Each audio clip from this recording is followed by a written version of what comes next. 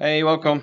This is Master Ingvar Johannesson from Iceland, the land of ice and fire, and we're gonna dip into the 3-minute pool on ICC, and we're gonna play a German player, Deho, or well, might be an acronym for something. I go bishop b4. This is the French defense, the Whenever variation.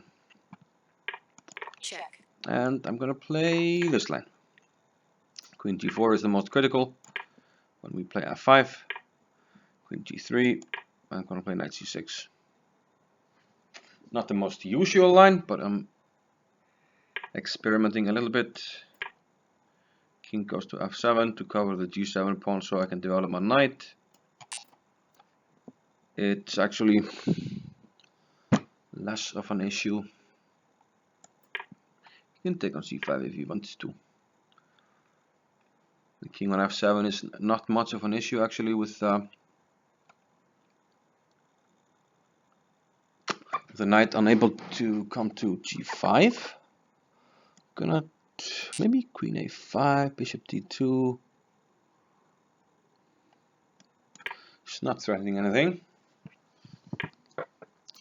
Queen a4, this is really where I want my queen. And I might go pawn grabbing now. And take on c2. Does he have anything? He does a bishop d3 there. In case of knight takes e5.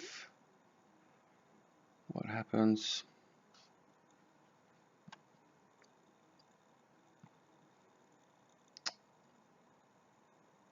Well, he can't really put anything on d4, so I'm not too worried.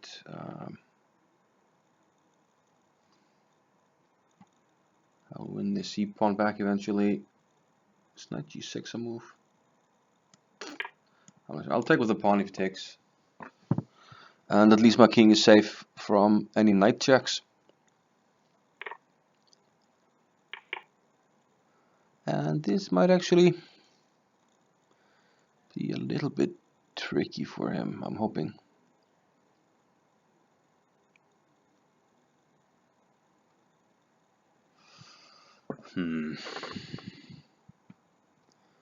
Okay, wait down on the clock, but nothing new here.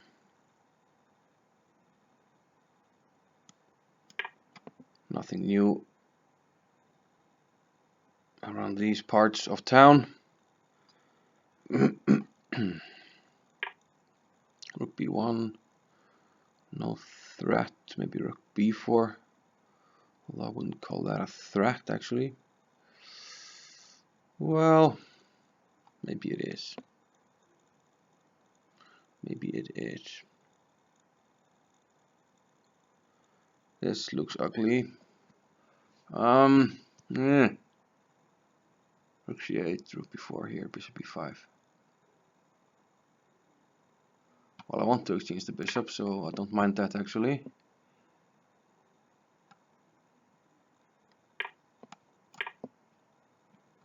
Don't mind that. Okay, goes for that. Okay, now I want to go knight c6 and maybe take on e5. Okay, maybe not. Yeah, I'm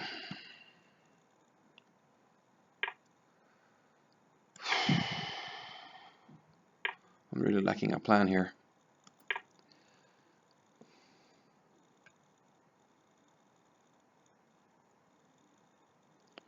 Put the bishop on c6, knight on c4. And go from there.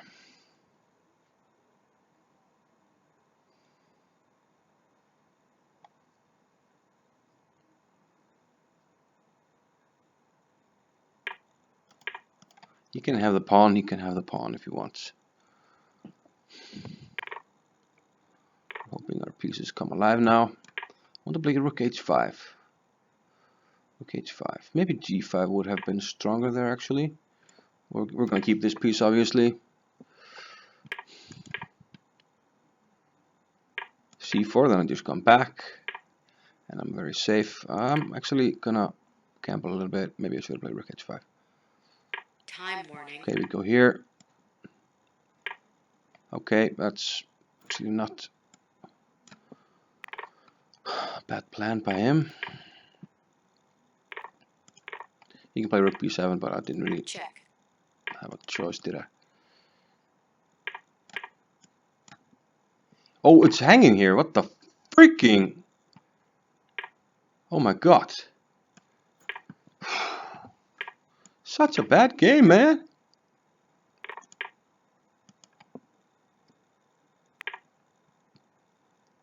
Such a bad game.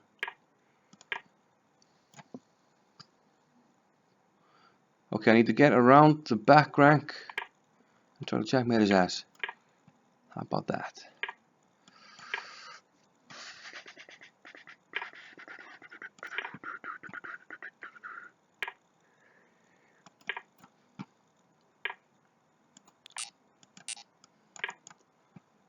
Cunning plans are here. Yeah, he's gonna flag me. Very checkmate.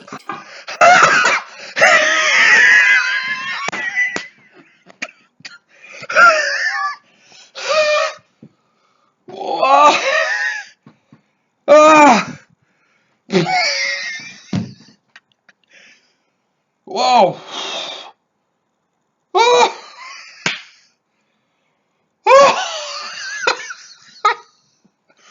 Wow! I just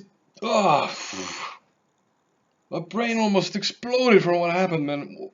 What? Jeez!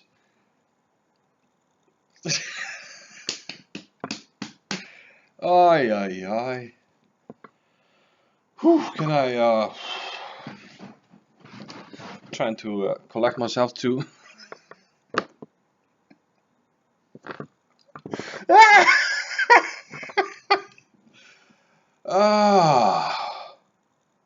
How do you have 24 seconds, man? You can just do whatever. And he found self-made in one. Thank you for that, sir. Can't wait to rewatch that, man. Wow. Okay, let's check out the opening. Yeah. Okay. Whenever. And yeah, I'm experimenting with a new line here. I played a bunch of lines. Queen d7 is, if you want to avoid theory, you can play Queen d7 here. You can look at some games by Petrosian. Many ways to play it. One way is to go for a queenside fianchetto in some cases, and then break on the king side with f6. Sort of like a mirrored King's Indian. c5 is another way to play. Knight e7 is one way to play to avoid some bishop d2 lines. So there's no knight b5 to d6, although I think those are fine for black. Check. There's also queen a5, black queen blues. I played that a lot. Goes something like this. Key idea is to block this pawn so that we can't activate this bishop on a3. Sometimes you block the position with c4. Yeah, knight e7 is sort of the main move. And here queen g4 is the most critical. When we can castle, I usually play king f8 here. So you see there are many options to play. You can vary your play. This is what we did now. Queen g4 and f5, protecting the pawn here. Queen g3. And I haven't examined this line, but I just saw a game in a tournament I recently played, so I just wanted to try it out, but I need to examine it a little better. So I know this guy from Azerbaijan played this against Volokitin and beat him, but that's about as far as my knowledge goes. So okay, the question is if I should sack this pawn or not. Usually it's not such a big deal, but maybe here, I mean, you can take and stick something on d4, so I'm not too sure actually. He didn't take immediately, he went knight f4. If he takes immediately, I can think about taking this, although it looks shaky, to be honest. Queen doesn't have a lot of squares. Although e5 is coming, so yeah. Knight f4. And here I want queen a5. Going for this blockade, and maybe I should take first and play queen a4. So there's attack. Now if you play c3, you can go for regular vanilla stuff with bishop a6, exchange the light squared bishops. And he can't really prevent that, and this, while it looks dangerous, there's not much going on. I mean, you attack this pawn, but I can go knight here, I can even go rook g8.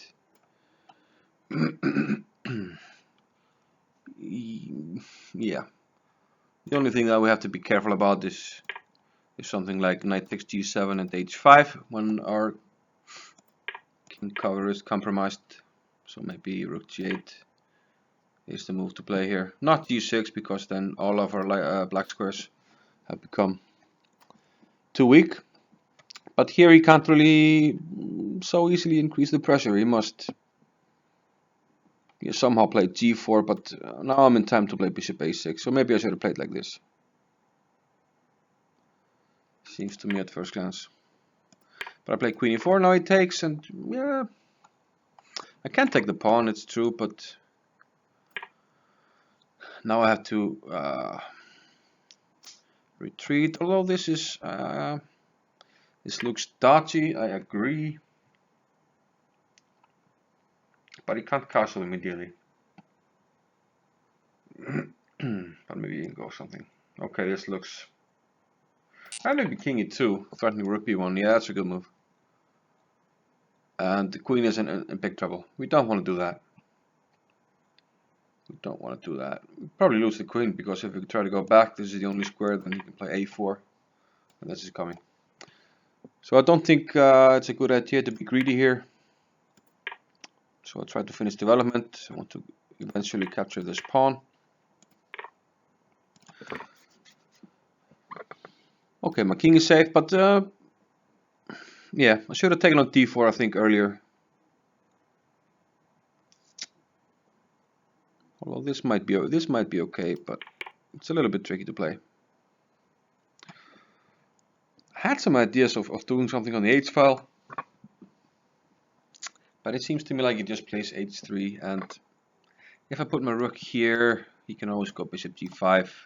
If I put it here, he can always go bishop e2. So yeah, I wasn't sure what would be accomplishing there. So knight a5. Oh yeah, just want to pick up this pawn. Also I had ideas of bishop b5, standard exchange, of course. If we exchange these, then I'll be doing fine with my knight against the bishop.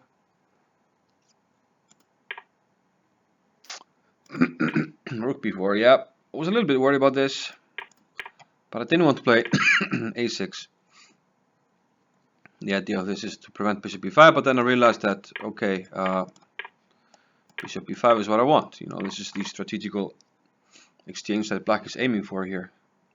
Because this bishop, it lacks targets. You know, it can jump around here, but he's not really attacking anything. He's never attacking this. He can't make a battery with the queen and the bishop anywhere around my king. So he sort of lacks open lines. So if I can get this and win this pawn, even sacrifice a pawn here. Let's say something like he plays here, and eventually I double or something. Play knight c4 at some point. Yeah, I was thinking I could play b6 at some point, but it's maybe harder to organize than I thought.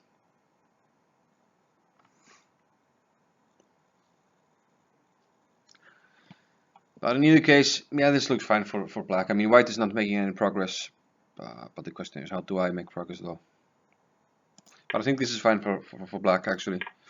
So bishop e3, yeah, bishop d4 good move, otherwise I would have put pressure here because of the double attack. And here, yeah, finally I stumbled upon the idea to put the bishop on c6, try to open it up, even at the cost of a pawn. I mean,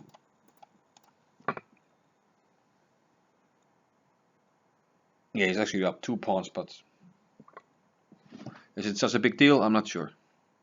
And as you can see in the end game, he had a hard time because the triple pawns were sort of like one unit. Okay, bishop e4, trying to hold on to the bishop, of course. And yeah, I'm up the. I didn't even notice. He took on c4 with the rook. I didn't even notice in the game that he sacked the exchange. I have to be honest with you. So I was kind of confused. Okay, so I'm up the exchange, but he has a lot of pawns, and this guy is sort of keeping the position together because I can't really activate my rooks. Yeah, c3. That's an interesting formation here. Very solid. Solid center. Solid. But okay, now I finally get going over there. On that side of the board. On that sector of the board. Bishop f3. Double on the h file, but still a little too late. I mean, he's playing it quite well here, but now I should just protect the pawn. Protect the pawn and then play g4. Say like this. Maybe this. No, this. Okay, maybe this is just good for me. g4 is coming. g4 is coming. So that's what I should have done. Instead, that was okay at 16 seconds. So I was panicking a little bit. This was total panic. You should just play rook b7. I don't have anything. I take and just king takes. Just play here. Check. And okay, you can give some checks, but I'm not mating. So I don't know why he was planning with panicking with check. So much time on the clock. So now this guy's hanging, and of course I get out of rook b7, but he should notice here with 1 minute on the clock that he can just capture my rook. Check. Here I exchange the queens, but somehow he misses my hanging rook, so I retreat. And yeah, here his winning plan is just play bishop e8 and then run with the pawn. I don't see how I can do anything against that. I try to activate my king here, but it's really not doing doing anything, although it won the game. Active king, y'all. Yeah, I mean, he should never lose here. Rook b5, attack the pawn, protect the pawn. Yeah, I have no ideas. I can't activate the rooks. It's actually a little bit funny. Check. So what happened here? Check. I tried to walk around him. Rook g2, king back, king f1 with 1 second. Okay, actually that was 0.4. Checkmate. Yeah, okay, 0.4 there. I mean, he has 26 seconds. What's the rush? He can do whatever here. Any move. c6 looks like a solid. Solid. I take, and there's no checkmate in here. But he found the self-made one. Thank you for that. That was tremendous comedy on a Saturday. Thank you. I'll see you later. Bye-bye.